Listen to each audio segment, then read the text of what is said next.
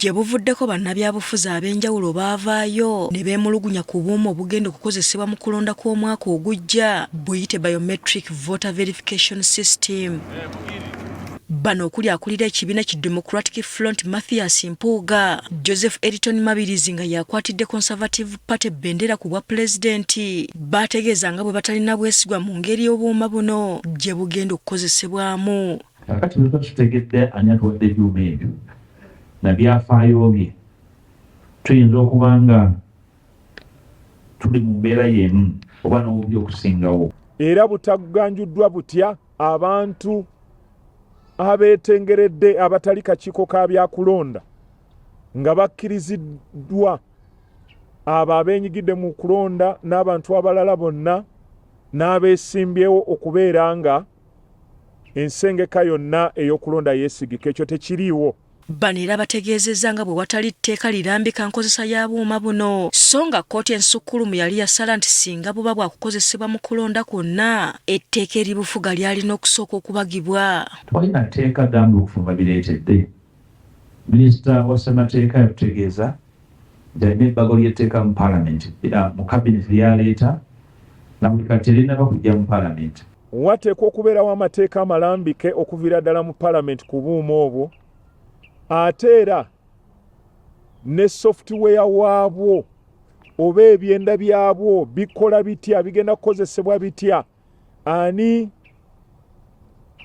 abitegeera. Okusinziira ku bano, singa buno bukozesebwa bangi tebagenda kukkiriza binaava mu kulonda. Bannayuganda bonna babadde bavaayo buli kiseera nga beebuuza ku kulonda kw'obuuma buno bugenda kubeera butya, bugenda kukozesebwa butya.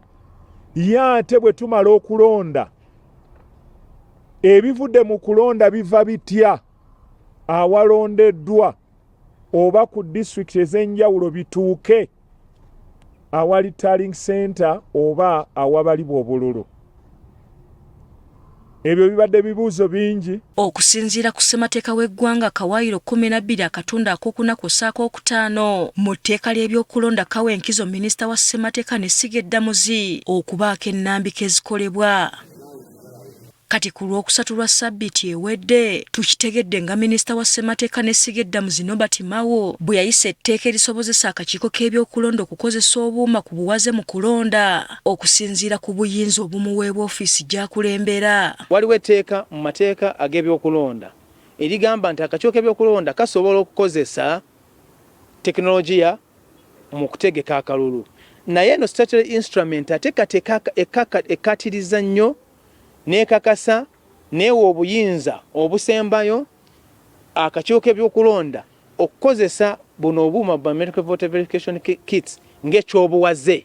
Lino era lirambika engeri obuuma buno gye bugenda okukozesebwamu. Nti omulonzi bw'atuuka ku polling station ajja kuwaayo ebimukwatako oba national ID oba voter location slip, buno obukonge bwe tuba abalonzi babuwaayo bw'ati babuscanninge babuteeke ku kyuma kijjeyo ebikwata kw'oyo omuntu. Julius Muchunguzi nga ye mwogezi w'akakiiko k'ebyokulonda ategeezezza ng'ekyokukozesa obuuma buno bwe kigenda okuyambako ekyokumalawo ekibba bululu.